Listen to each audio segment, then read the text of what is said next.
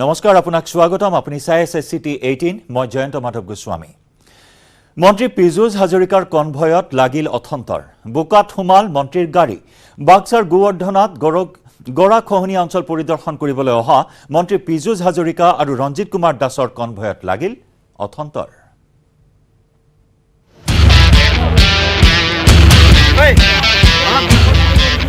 কৰ্ণৰ ৰথৰ চকা মেদিনীয়ে গ্ৰাস কৰা দি বুকাই হাবতি ধৰিলে মন্ত্ৰী পীযুষ হাজৰিকা আৰু ৰঞ্জিত দাসৰ কনভয়ৰ বাহনৰ চকা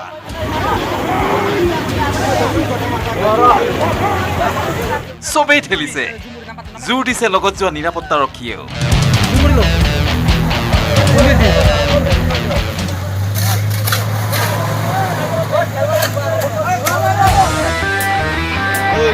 বিলাই বিপত্তিৰ চিকাৰ হৈ মাজ ৰাস্তাতে থমকিবলগীয়া হ'ল মন্ত্ৰী পীযুষ হাজৰিকা আৰু ৰঞ্জিত দাস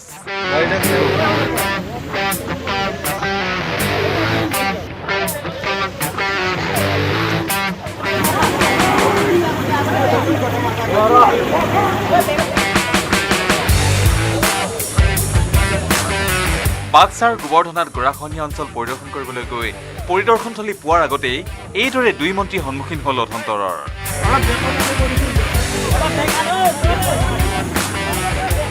আজি মিনিষ্টাৰ আহিছে বুলিহে বনাইছে ইমান দিনটো বনোৱা নাছিলে ৰাস্তা অৱস্থাটোতো গ'লে নদীখনৰ অৱস্থা কি হৈছে নদীয়ে যে গৰাখহনীয়া কবলত পৰি ইমান গাঁও ঘৰ গুচি গ'ল 2004 চনৰ পৰা আজিলৈ কোনো আজি মিনিষ্টাৰ আহিছে সেই বুলি ইমাৰ্জেঞ্চি কাম কৰিছে এইটো ৰাস্তাটো যাৰ কাৰণে আজি গাড়ী ফাঁচি আছে এতে ইমান দিন কিন্তু চকু দিয়া নাছিল স্থানীয় ৰাইজৰ মতে আগৰে পৰা কান্ধাৰ নাছিল মন্ত্ৰী আহিব বুলি ততাতৈয়াকৈ মেৰামতি কৰিছিল পথছোৱা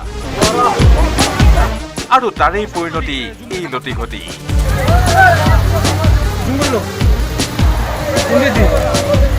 মুছলপুৰৰ পৰা Manohar Rajbongshi news 18 Assam north east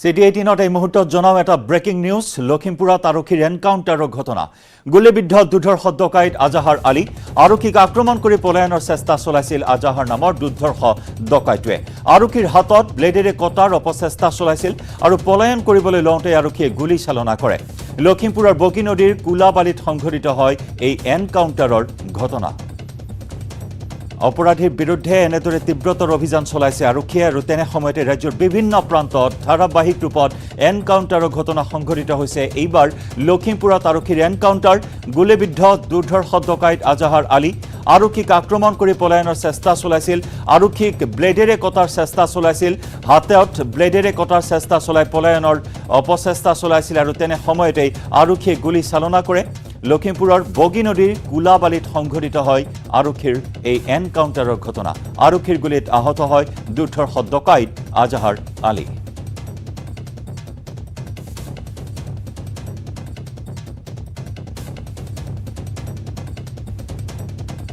এই ঘটনাক কেন্দ্ৰ কৰি অঞ্চলটোত চাঞ্চল্যই বিৰাজ কৰে ব্লেডেৰে আৰক্ষীক আক্ৰমণৰ চেষ্টা চলাইছিল ব্লেডেৰে ৰেপিবলৈ লৈছিল হাতত আৰু তেনে সময়তেই পলায়ন কৰিবলৈ চেষ্টা চলাইছিল আৰু তাৰ পিছত আৰক্ষীয়ে গুলী চালনা কৰে আৰক্ষীৰ গুলীত গুলীবিদ্ধ হৈ আহত হয় দুৰ্ধৰ্ষ ডকাইত আজাহাৰ আলী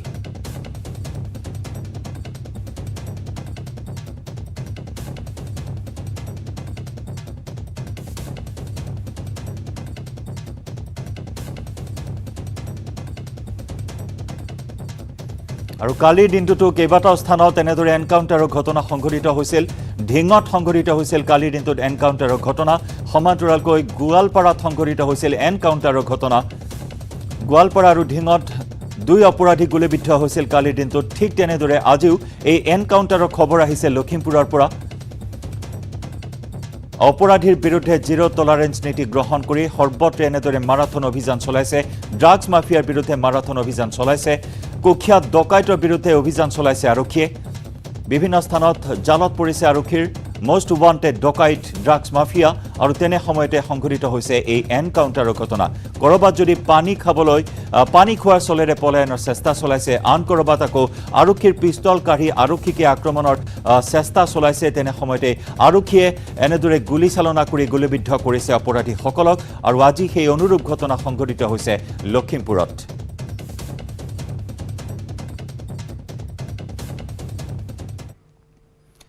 ক্ৰমাৎ নিয়ন্ত্ৰিত অসম মেঘালয় সীমাৰ পৰিস্থিতি কাৰ্বি আংলঙৰ অসম মেঘালয় সীমাৰ পৰিস্থিতি নিয়ন্ত্ৰণাধীন অসম আৰক্ষীয়ে পুনৰ স্থাপন কৰিলে অস্থায়ী বেৰিকেড লগাই অসম আৰক্ষীয়ে চলাইছে তালাচী অভিযান সাবুদাত পৰিস্থিতি পৰ্যবেক্ষণ পশ্চিম কাৰ্বি আংলঙৰ ডিসি আৰু এছপিৰ পৰিস্থিতি নিয়ন্ত্ৰিত যদিও বৰ্তমানে শংকিত হৈ আছে সীমান্তৰ অসমীয়া অস্থায়ী বেৰিকেড স্থাপন কৰি তালাচী চলাইছে অসম আৰক্ষীয়ে আমি সেই দৃশ্য দেখুৱাইছো আৰু আজি ক্ৰমাৎ নিয়ন্ত্ৰণলৈ আহিছে মেঘালয় সীমাৰ পৰিস্থিতি অসম মেঘালয় সীমান্তত তীব্ৰ উত্তেজনাপূৰ্ণ পৰিস্থিতিৰ সৃষ্টি হৈছিল উমলা ফেৰত সংঘটিত হৈছিল কেইবাটাও উত্তেজনাপূৰ্ণ ঘটনাৰ আৰু সেই পৰিস্থিতি বৰ্তমান নিয়ন্ত্ৰণাধীন কাৰ্বি আংলঙৰ অসম মেঘালয় সীমাৰ পৰিস্থিতি বৰ্তমান এনেদৰে নিয়ন্ত্ৰণাধীন হৈছে অসম আৰক্ষীয়ে পুনৰ স্থাপন কৰিছে অস্থায়ী বেৰিকেড লগাই অসম আৰক্ষীয়ে চলাইছে তালাচী অভিযান এয়া সাবুদাৰ পৰিৱেশ আমি দেখুৱাইছো সাবুদাত পৰিস্থিতি পৰ্যবেক্ষণ কৰিছে পশ্চিম কাৰ্বি আংলঙৰ ডিসি আৰু এছপিয়ে পৰিস্থিতি নিয়ন্ত্ৰিত যদি কিন্তু বৰ্তমানে শংকিত হৈ আছে সীমান্তবাসী অসমীয়া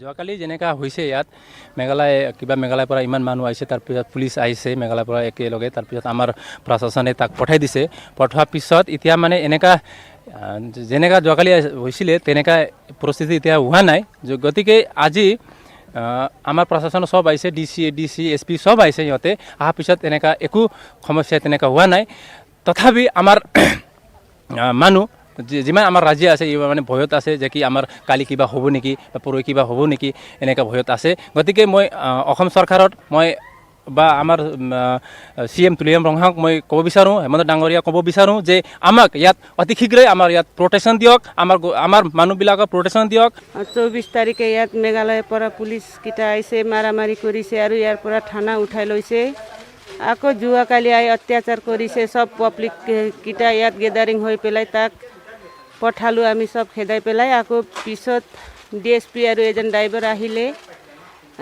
ফটাফট গৈছিলে তেখেতৰ আকৌ ধৰি পেলাই পলাব বিচাৰিছে আকৌ ধৰি পেলাই পঠালে আকৌ এতিয়া শান্তি আছে অশান্তি নাই হ'লেও আমাৰতো বহুত টেনশ্যন লাগি আছে ইয়াত কি হ'ব কি নাই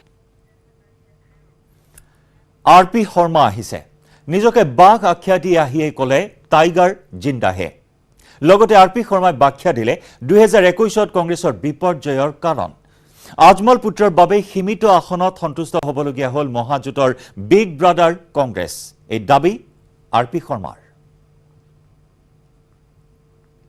মই সিংহ নহয় মই বাঘ 4-5টা সিংহ মেলি শিকাৰ কৰে বাঘে অকলে কৰে মই এনে জেনেৰেলি লাইন বুলি নকওঁ মই বাঘ বুলি কওঁ কিয় এটা কথা হ'ল লাইনে 3-4জন মিলি মাৰে হাতীয়ক জিৰাফক যিটো মাৰিব লগা হয় বা মহক মাৰি 3-4টা মিলি কিন্তু বাঘে অকলে মাৰে RP শৰ্মা আহিছে নিৰ্বাচনৰ পিছত প্ৰথমবাৰলৈ মুখ খুলিছে প্ৰাক্তন সাংসদ RP শৰ্মাই আহিয়ে কৈছে টাইগাৰ জিন্দা হে I am a tiger, अब टाइगर जिंदा है I am a tiger, अब टाइगर जिंदा है সিদিনালৈকে নিজকে বিজেপি বুলি চিনাকি দিয়া RP শৰ্মা এতিয়া হাৰে হিমজুৱে কংগ্ৰেছী 2021ৰ নিৰ্বাচনৰ পূৰ্বে বহু ঠাইত কংগ্ৰেছ মহাজোঁটে দিছপুৰৰ মসনদ দখল কৰিব বুলি দাবী কৰিছিল RP শৰ্মাই পিছে RP শৰ্মাৰ সপোন সফল নহল বিপৰ্যয়ৰ সন্মুখীন হ'ল কংগ্ৰেছ দল পৰাজয় বৰণ কৰিলে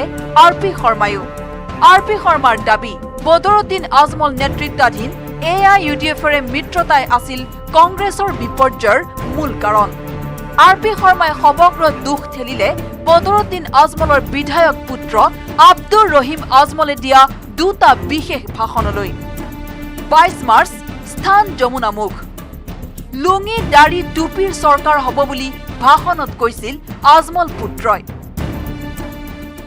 এগো মানুষেৰ আপনাৰ সৰকাৰ হইব আমৰা উন্নতিৰ সৰকাৰ হইব আমৰা দাড়ি টুপি লুঙ্গি আলা মানুষেৰ সৰকাৰ হইব লগে লগে বিজেপিৰ IT সেলে ইস্যু কৰি প্ৰভাৱিত কৰিলে ভোটাৰক RP শৰ্মাৰ দাবী এই ভাষণে ভোট ভাঙিলে কংগ্ৰেছৰ মোৰ ব্যক্তিগত মতামত হ'ল আমাৰ বিপৰ্যয়ৰ কাৰণ হ'ল AI ডেভেলপমেণ্ট এলায়েন্স আৰু বিশেষকৈ 22 তাৰিখে আজমল ডাঙৰীয়াই লৰাই মাৰ্চৰ 22 তাৰিখ ৰাতি সন্ধিয়া ইয়াত যমুনামুখী যোনটো ভাষণ দিলে এইবাৰ দাড়ি লুঙ্গি টুপি চৰকাৰ হবে তালা চাবি আমাদেৰ হাতে থাকবে।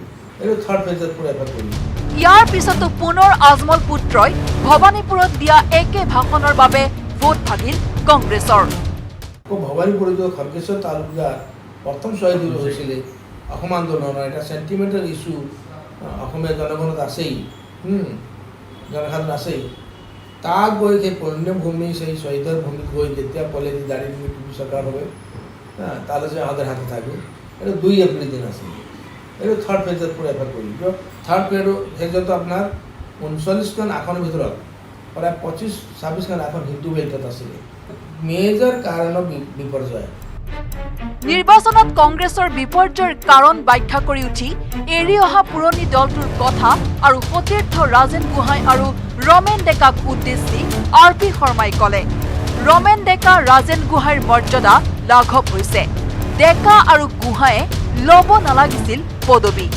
সতীৰ্থৰ প্ৰতি এই কথা কৈ RP শৰ্মাই ক'লে, মই বাঘ, মই হোৱাহেঁতেন নললোহেঁতেন এনে পদবী। ৰাজেন গোহাঁই ডাঙৰীয়া মন্ত্ৰী, কেন্দ্ৰীয় মন্ত্ৰী হৈ 4বাৰ MP যাব নালাগিছিল।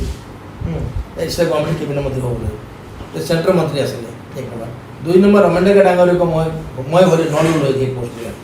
তো 2বাৰ MP লোকসভা স্পীকাৰ হোৱা, নেশ্যনেল ছেক্ৰেটাৰী হোৱা মানুহ আকৌ গৈ যে ভাইচ চেয়াৰমেন বা ভাইচ প্ৰেচিডেণ্ট বা চেয়াৰমেন হ'ব, এইটো হ'ব নিদিয়ে। সঁচাকৈ কৈছোঁ। এয়াই RP শৰ্মা। RP শৰ্মাৰ পৰা আমি জানিব বিচাৰিছিলো এৰি অহা ঘৰখনলৈ উভতি যাব নেকি নিজকে ৰাজনীতিৰ বাঘ বোলা RP শৰ্মাই। চাওক, মোৰ মায়ে কৈছিলে এবাৰ এৰি দিয়া বস্তু কোনদিন ঘৰত নাহিবি, যিমানেই ভাল পালে যিমানে ভাল হ'লেও। আনকি তোৰ যদি মিছেছক ডিভোৰ্চ দি দিয়া কেতিয়াবা, যিমান ভাল পালেও যিমান পিছত গৈ প্ৰেম হ'লেও তাইক ঘৰলৈ ঘূৰাই নানিবি, কিয় ঘৰ ধ্বংস হ'ব তোৰ। এবাৰ এৰি দিয়া বস্তু মই কোনদিন ঘূৰি নাচাম। ৰাজু বৰুৱাৰ report, news 18 Assam north east. African swine ফিভাৰত আক্ৰান্ত হৈছে কাৰ্বি আংলঙৰ কেইবা শতাধিক গাহৰি। শেহতীয়াকৈ জিলাখনত দেখিবলৈ পোৱা হৈছে ব্যাপক সংক্ৰমণৰ ঘটনা। ইতিমধ্যে জিলাখনৰ কেইবাটাও স্থানত বন্ধ কৰা হৈছে গাহৰি মাংস বিক্ৰী কৰা। চাওঁ আহক এক ৰিপৰ্ট। মাতৃদুগ্ধ পান কৰি থকা কেইটামান গাহৰি পোৱালি দেখাত সাধাৰণ যেন লগা এটা দৃশ্য, কিন্তু তেওঁলোকে নাজানে মাতৃক ইতিমধ্যেই হত্যা কৰা হৈছে পৰিকল্পিতভাৱে।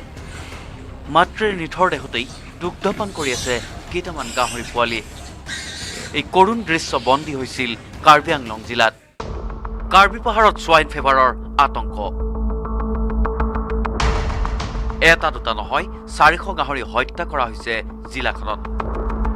আফ্ৰিকান সোৱাইন ফিভাৰত আক্ৰান্ত হৈ কাৰ্বি আংলং জিলাত মৃত্যু হৈছে কেইবাটাও গাহৰিৰ। কিছুদিন পূৰ্বে হাওৰাঘাটৰ পেছনেট মাল্টি ফাৰ্মত থকা 2টা গাহৰিৰ মৃত্যু হৈছিল অজ্ঞাত কাৰণত। এই কথা জনোৱা হৈছিল জিলা পশুপালন বিভাগক।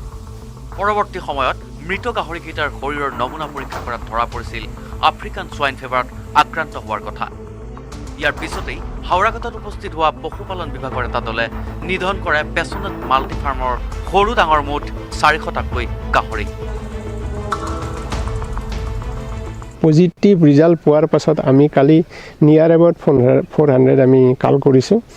আৰু আমাৰ গুৱাহাটীৰ পৰা টিম এটা আহিছিলে, তেওঁলোক আছিলে। আৰু ৰাতি 12টা বজালৈ আমি গোটেই কামখিনি কৰিছোঁ, কমপ্লিট কৰিছোঁ। কিন্তু একদম সম্পূৰ্ণ প্ৰচিডিঅ'ৰখিনি 3:30 মানলৈ চলিছে। আৰু সৰু সুৰা আৰু কিবা কিছুমান কৰিব লগা আছিল, সেইখিনি কাম 3:30 বজালৈ তেখেতসকলে নিজৰ নিৰ্দেশনাতে কৰিছে। সেইখিনি যি কি নহওক, এটা ভাল ছেক্ৰিফাইচ। গাহৰি পালনৰে উপাৰ্জনৰ পথ বাছি লোৱা এগৰাকী মহিলা ৰ'জমেৰী ৰংফাৰ্পি ক'ৰবাত সংক্ৰমণৰ মাত্ৰা বৃদ্ধি পোৱাত নিজৰ গাহৰি ফাৰ্মখনৰ সৰু বৰ প্ৰায় 400 গাহৰি নিধন কৰিবলৈ অনুমতি দিয়ে পশুপালন বিভাগক। জিলাখনৰ লগতে অসমৰ আন প্ৰান্তলৈও যাতে আফ্ৰিকান সোৱাইন ফিভাৰ বিয়পি নাযায়, তাৰ বাবে ত্যাগ কৰিছে ৰ'জমেৰী ৰংফাৰ্পিয়ে। আমি ডিচাইড কৰিলোঁ যে সেইটো যদি আমি চুপচাপ বস্তুখিনি আমি লুকাই দিলে আমাৰ কাৰ্বি আংলং বা অসম বা নৰ্থ ইষ্ট বা আমাৰ নেবাৰিংটো ধ্বংস হ'ব বা এটা ডেঞ্জাৰ ইমান লাইব্ৰেৰীৰ কথা আছে। সেইটো কাৰণে আমি এছা ফাৰ্মাৰটো আমাৰ ৰেছপনচিবিলিটি আছে যে আমি এইটো মেছেজটো আমি দিবলৈ খোজোঁ কথাবোৰ। ইতিমধ্যেই আফ্ৰিকান সোয়াইন ফেভাৰৰ কবলত পৰা কাৰ্বি আংলং জিলাৰ 5 মাইল নিহা ৰংকেথা নামৰ গাঁওখনক সোয়াইন ফেভাৰৰ অভিকেন্দ্ৰ হিচাপে ঘোষণা কৰা হৈছে। গাঁওখনৰ 1 কিলোমিটাৰ ব্যাসাৰ্ধৰ এলেকাক সংক্ৰমিত এলেকা হিচাপে ঘোষণা কৰাৰ লগতে 10 কিলোমিটাৰ ব্যাসাৰ্ধৰ এলেকাক সাৰ্ভিলেন্স জোন হিচাপে ঘোষণা কৰিছে জিলা প্ৰশাসনে। উক্ত এলেকাত পৰৱৰ্তী জাননী জাৰি নকৰা পৰ্যন্ত গাহৰি অনা নিয়া গাহৰিৰ মাংস বিক্ৰী কৰাত বাধা আৰোপ কৰিছে জিলা প্ৰশাসনে।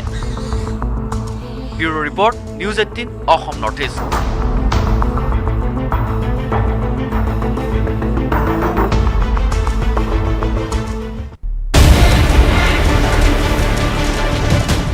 এতিয়াও অন্ত পৰা নাই চাইবাৰ পুৰাণৰ। আজি বৰপেটাৰ কুঁয়াকুছিত CM ভিজিলেন্সে চলালে তালাচী অভিযান। এই তালাচী অভিযানত আৰু কি তথ্য সন্মুখলৈ আহিছে সবিশেষ আমি লৈ আহিম সন্ধিয়া 5:55 প্ৰাইম টাইম 18।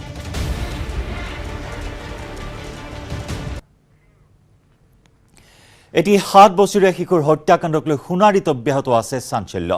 আৰক্ষীয়ে গ্ৰেপ্তাৰ কৰিছে হত্যাকাণ্ডৰ 2 অভিযুক্তক।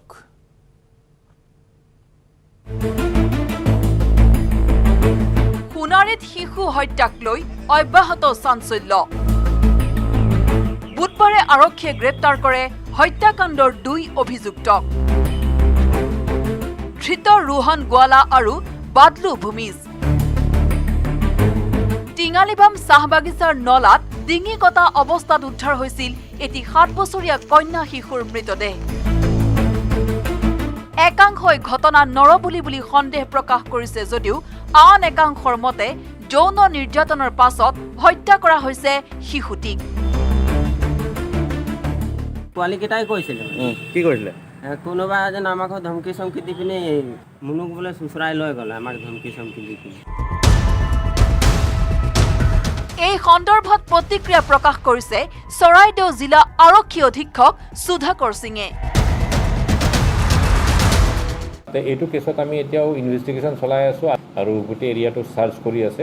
এতিয়া অলপ আগতে মই গম পাইছোঁ যে দাখন তাতে পোৱা হৈছে। তো যিটো দা বাচ্চাবিলাকে হাতত লৈ গৈছিলে খৰি কাটিবৰ কাৰণে, মষ্ট প্ৰবলি মাৰ্ডাৰটো চাগে সেই দাটোৱে ইউজ হৈছে।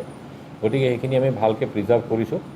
মাৰ্ডাৰটো মটিভ কি আছিলে এইটো ষ্টেজত মই এতিয়াও খাটাংকৈ ক'ব নোৱাৰোঁ, কিয়নো তদন্ত চলি আছে। সমনীয়াৰ সৈতে বাগিচাত খৰি কাটিবলৈ গৈছিল দুৰ্ভগীয়া শিশুটি। অভিযুক্ত গ্ৰেপ্তাৰৰ পাছতে বাগিচাৰ ক্ষুব্ধ শ্ৰমিকে সৃষ্টি কৰে উত্তাল পৰিস্থিতিৰ। হত্যাকাণ্ডৰ মূল তথ্য উদ্ঘাটনৰ বাবে বৰ্তমানে আৰক্ষীয়েও অব্যাহত ৰাখিছে জোৰদাৰ অনুসন্ধান। সোণাৰীৰ পৰা হানসেং কোঁৱৰৰ report, news 18 Assam north east.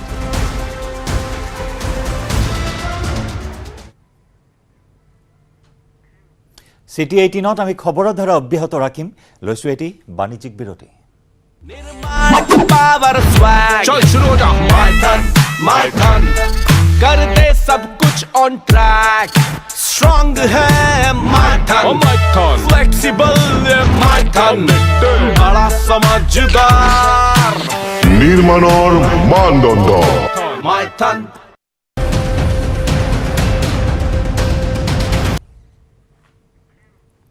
মুখ্যমন্ত্ৰী ডক্টৰ হিমন্ত বিশ্ব শৰ্মাৰ কেবিনেট বৈঠকৰ খবৰ। সংবাদ মাধ্যমৰ আগত কেবিনেট বৈঠকৰ লোৱা হয় সিদ্ধান্ত। শিক্ষক কৰ্মচাৰীক ক্ষীপ্ৰ টীকাকৰণৰ লক্ষ্য লোৱা হৈছে। 2টা ড'জ ভেকচিন ল'ব লাগিব শিক্ষক তথা কৰ্মচাৰীয়ে। শিক্ষা বিভাগে জাৰি কৰিব নিৰ্দিষ্ট SOP। 5 ছেপ্টেম্বৰৰ ভিতৰত ল'ব লাগিব টীকা। মাজুলী, বজালী, দক্ষিণ শালমৰাত PHCৰ সংমণ্ডল। ৰাষ্ট্ৰীয় আন্তঃৰাষ্ট্ৰীয় পৰ্যায়ৰ পদক প্ৰাপকক জীৱনজোৰা পেঞ্চনৰ সিদ্ধান্ত গ্ৰহণ কৰা হয় কেবিনেট বৈঠকত। আনহাতে বিজ্ঞান প্ৰযুক্তিবিদ্যা বিভাগৰ নাম সলনিৰো সিদ্ধান্ত লোৱা হয়। সেই অনুসৰি এই বিভাগৰ নাম হ'ব বিজ্ঞান প্ৰযুক্তিবিদ্যা আৰু জলবায়ু পৰিৱৰ্তন। জিলা উপায়ুক্তক বদলীকৰণৰ কৰ্তৃত্ব প্ৰদান কৰাৰ সিদ্ধান্ত। অভিভাৱক মন্ত্ৰীৰে আলোচনা কৰি ল'ব পাৰিব সিদ্ধান্ত। অহা কালিৰে পৰা আমাৰ সকলোবিলাক block elementary education office, district elementary education office, inspector of স্কুলৰ অফিচ আৰু আটাইকেইখন বিশ্ববিদ্যালয়ৰ কেম্পাছত বিশেষ ভেকচিনেশ্যন কেম্প অহাকালিৰ পৰা আৰম্ভ হ'ব। আৰু এই ভেকচিনেশ্যন কেম্প 5 তাৰিখলৈকে চলিব। এতেকে শিক্ষাৰ লগত জড়িত সকলো শিক্ষক, সকলো কৰ্মচাৰী আৰু 18 বছৰ বয়সৰ ওপৰৰ সকলো ছাত্ৰ ছাত্ৰীক এই ভেকচিনেশ্যন কেম্পৰ সুবিধা গ্ৰহণ কৰি তেওঁলোকক ভেকচিনেশ্যনটো ল'বৰ কাৰণে আমাৰ ফালৰ পৰা আজি কেবিনেটে আহ্বান জনাইছে। অহা ছেপ্টেম্বৰ মাহৰ প্ৰথম সপ্তাহতে আমাৰ হায়াৰ ছেকেণ্ডেৰীৰ চূড়ান্ত বৰ্ষ, ডিগ্ৰীৰ চূড়ান্ত বৰ্ষ আৰু বিশ্ববিদ্যালয়ৰ প্ৰাক স্নাতক চূড়ান্ত বৰ্ষৰ শ্ৰেণীসমূহ আৰম্ভ হ'ব। ইয়াৰ কাৰণে সকলো ছাত্ৰ ছাত্ৰী প্ৰথমটো ভেকচিন বাধ্যতামূলক আৰু তেওঁলোকে প্ৰথমটো ভেকচিন লোৱাৰ লগে লগে দ্বিতীয় ভেকচিন লোৱাৰ কাৰণেও নিৰ্দিষ্ট এটা সময়ৰ ভিতৰত নিৰ্দিষ্ট তাৰিখত তেওঁলোকে দ্বিতীয় ভেকচিনটো ল'ব লাগিব আৰু তাৰ কাৰণে তেওঁলোক দায়বদ্ধ থাকিব লাগিব। শিক্ষক কৰ্মচাৰী তেওঁলোকেও ভেকচিনেশ্যন সম্পূৰ্ণ কৰিব লাগিব। হোষ্টেলসমূহ, ছাত্ৰাবাস, ছাত্ৰীনিবাসসমূহো খুলি দিয়াৰ কাৰণে কেবিনেটে মত পোষণ কৰিছে। তাৰ কাৰণে কিন্তু হোষ্টেলসমূহৰ কাৰণে 2টা ভেকচিন বাধ্যতামূলক, অৰ্থাৎ 2টা ড'জ ভেকচিনৰ 2টা ড'জ তেওঁলোকে ল'ব লাগিব আৰু লোৱাৰ সেই চৰ্ত সাপেক্ষে এই ছাত্ৰাবাসসমূহ বা ছাত্ৰীনিবাসসমূহ খুলিব পাৰি। ইয়াৰ কাৰণে নিৰ্দিষ্ট SOP অহা 31 তাৰিখৰ আগত সম্ভৱতঃ 30 তাৰিখে শিক্ষা বিভাগে জাৰি কৰিব। আজিৰ কেবিনেটে মাজুলী, বজালী আৰু চাউথ চাওনাৰ আমাৰ জনস্বাস্থ্য কাৰিকৰী বিভাগৰ 3টা সংমণ্ডল নতুনকৈ খোলাৰ কাৰণে আজি অনুমোদন জনাইছে। অৰ্জুন ভোগেশ্বৰ বৰুৱাৰ জন্মদিন 3 ছেপ্টেম্বৰ। এই দিনটো ক্ৰীড়া দিৱস হিচাপে চৰকাৰে উদযাপন কৰাৰ সিদ্ধান্ত গ্ৰহণ কৰিছে আৰু তাৰ লগতে এতিয়া যি ক্ৰীড়া পেঞ্চন 8,000 টকা আছিল, তাক কেবিনেটে 10,000 টকালৈ ক্ৰীড়া পেঞ্চন বৃদ্ধি কৰিছে আৰু যিসকলক এককালীন আৰ্থিক সাহায্যৰে সন্মানিত কৰা হ'ব তেখেতসকলৰ কাৰণে 50,000 টকা নিৰ্ধাৰণ কৰিছে। যিসকলে নেশ্যনেল খেলিছে, যিসকলে এছিয়ান গেমছ খেলিছে, যিসকলে কমনৱেলথ খেলিছে, যিসকলে অলিম্পিক খেলি এৱাৰ্ড আনিবলৈ সক্ষম হৈছে, তেখেতসকলক এইবাৰ এককালীন সাহায্য বা 10,000 টকা মাহে লাইফ টাইম জীৱনজোৰা যিটো ক্ৰীড়া পেঞ্চনৰে সন্মানিত কৰাৰ কথা চৰকাৰে সিদ্ধান্ত কৰিছে। যিটো আমাৰ ছায়েন্স এণ্ড টেকন'লজি ডিপাৰ্টমেণ্ট আছিল বিভাগ, আজি সেই বিভাগটোৰ নতুন নামাকৰণ কৰা হৈছে science, technology and climate change. আজি PWDৰ আগতে মাত্ৰ 5টা চাৰ্কল অফিচ আছিল, SE অফিচ। এতিয়া তাৰ লগত আৰু 8টা নতুন চাৰ্কল আজি ক্ৰিয়েট কৰা হৈছে, সৃষ্টি কৰা হৈছে আৰু সৰ্বমুঠ PWD বিল্ডিঙৰ চাৰ্কল হ'ব 13টা। 13টা ছুপাৰিনটেণ্ডেণ্ট ইঞ্জিনিয়াৰৰ অফিচ হ'ব, 13টা চাৰ্কল হ'ব। টোটেল PWD বিল্ডিঙৰ ডিভিজন হ'ব 37, 37টা PWDৰ বিল্ডিঙৰ ডিভিজন হ'ব।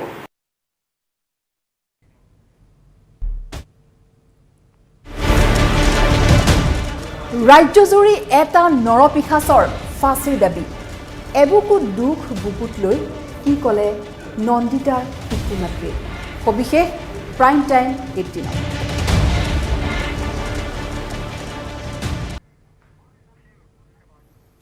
কোভিড কাৰ হ'ব কাৰ নহ'ব তাৰ তালিকা ঈশ্বৰে বনায়। এই মন্তব্য ৰাজ্যৰ এগৰাকী দায়িত্বশীল মন্ত্ৰীৰ। কোভিড সকলোৰে নহ'ব পাৰে। ইয়াৰ ব্যাখ্যা দিবলৈ গৈ মন্ত্ৰীগৰাকীয়ে ক'লে তেওঁ লগ পোৱা এগৰাকী বৃদ্ধাৰ কাহিনী। মন্ত্ৰীৰ কাহিনী। মাজনিশা গৈ থাকোঁতে মন্ত্ৰী চন্দ্ৰমোহন পাটোৱাৰীয়ে ৰাজপথত দেখা পালে এগৰাকী দৰিদ্ৰ 90 বছৰীয়া বৃদ্ধাক। কালি মই ৰাতি প্ৰায় 12টামান বজাত উলুবাৰী পাৰ হৈছোঁ। তাত পুলিচৰ আছে, পুলিচৰ হেৰি তো তাত দেখিছোঁ প্ৰায় 90 বছৰীয়মান দুখীয়া এগৰাকী আইতা তাত এনেকৈ বহি আছে। বৃদ্ধাক দেখা পাই মন্ত্ৰী কি কৰিলে? মই গাড়ীখন ৰাখি পেলাই মাতিবৰ মন গৈছিল, তাৰপিছত ভাবিলোঁ কি ভাবে মাতিলে আৰু নামাতো। তেওঁতো না মাস্ক আছে না কিবা আছে, ফুটপাথত বহি আছে। দুখীয়া হয়তো ক'ৰবাত ফুটপাথ পইচা দিয়াৰ কাৰণে বহিছে, একদম 90 বছৰতকৈ ওপৰত। মন্ত্ৰী পাটোৱাৰীয়ে ক'লে সকলোৰে ক'ভিড নহয়। তেওঁৰ লগতো ক'ভিড হোৱা নাই। ৰাজপথত বহি থাকিলেও ক'ভিড নহয়, ক'ভিড প্ৰকৃতি সৃষ্ট। ঈশ্বৰৰ কম্পিউটাৰতহে হেনো ক'ভিড কাৰ হ'ব কাৰ নহ'ব তাৰ লিষ্ট ঠিক কৰা হৈছে। এইগৰাকী ৰাজ্যৰ দায়িত্বশীল মন্ত্ৰী চন্দ্ৰমোহন পাটোৱাৰীৰ। সেইকাৰণে প্ৰকৃতিয়ে নিৰ্ধাৰণ কৰিছে যে এইটো ক'ভিড মই পঠালোঁ আৰু অমুক অমুক অমুকৰ হ'ব আৰু অমুক অমুক অমুক তেওঁলোকে পৃথিৱীৰ পৰা মই লৈ আহিম। এখন লিষ্ট তেওঁৱে বনাইছে, তেওঁৰ কম্পিউটাৰৰ পৰাহে এইবিলাক হৈ আছে। এইটো আমাৰ মেন মেড কম্পিউটাৰৰ পৰা হোৱা নাই, কাৰণ ভগৱানৰ কম্পিউটাৰটো হ'ল ছুপাৰ কম্পিউটাৰ। গতিকে সেই ছুপাৰ কম্পিউটাৰত গোটেই পৃথিৱীত ক'ভিড নামৰ এটা 2% মৰ্টেলিটিৰ এটা ভাইৰাছ আহিব ইয়াত, আৰু ভাইৰাছটো আহিলে কি হ'ব তাতে কাৰ কাৰ হ'ব ভগৱানৰ ছুপাৰ কম্পিউটাৰত আছে। মন্ত্ৰী পাটোৱাৰীৰ খং উঠিছে বিশ্ব স্বাস্থ্য সংস্থাৰ ওপৰতো। ঔষধ কি হ'ব? তোমালোকৰ কামেতো বৈজ্ঞানিক গৱেষণা কৰা, কোটি কোটি বিলিয়ন ডলাৰ তাত খৰচ কৰিছে WHO। ক'ত আজি ঔষধ? এইটো এটা সৰু ভাইৰাছ, এই সৰু ভাইৰাছটোত য'ত 2% মৰ্টেলিটি, তাৰ ঔষধ আজিলৈকে কিয় উলিয়াব পাৰে? অৱশ্যে নিজৰ কথাৰ বাবে বিতৰ্ক নকৰিবলৈ আহ্বানো জনাইছে মন্ত্ৰী পাটোৱাৰীয়ে। এইটো কথা বাদ দিয়ক, সেইটো কথা নহয়, আপোনাৰ কণ্ট্ৰভাৰ্চিৰ কথা নক'ব হা। মই কথাটো ক'ব বিচাৰিছোঁ যে আজি ঔষধে ওলোৱা নাই। উত্তৰ গুৱাহাটীৰ পৰা ৰন্তু বৈশ্যৰ সহযোগত bureau report, news 18 north east.